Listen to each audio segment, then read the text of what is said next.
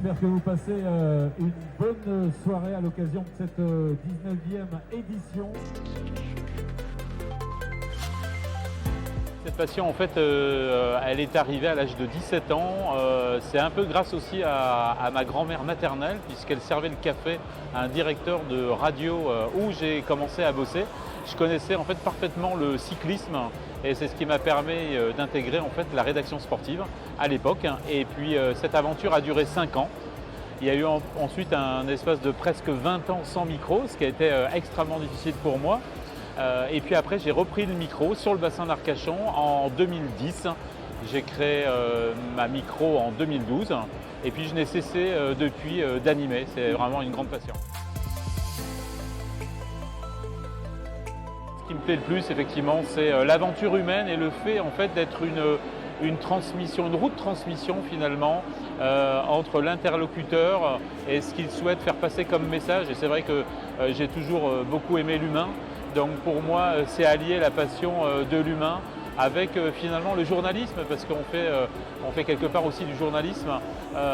Voilà, c'est vraiment ce qui me plaît et de transmettre des choses via mon micro. Moi, je ne suis finalement qu'un outil de passage, on va dire.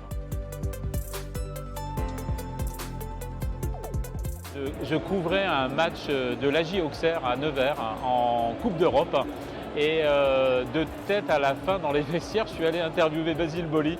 Et en fait, j'étais tout jeune, mais j'avais osé lui dire qu'il n'avait pas été super bon et il ne l'avait pas très bien pris. Hein. Donc ça, c'est vraiment une anecdote dont je me souviens. Ouais.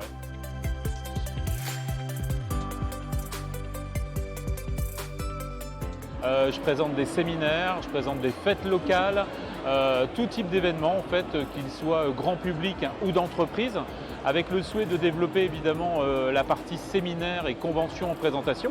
J'espère développer tout ça et puis continuer à parcourir la France sur des salons, des foires.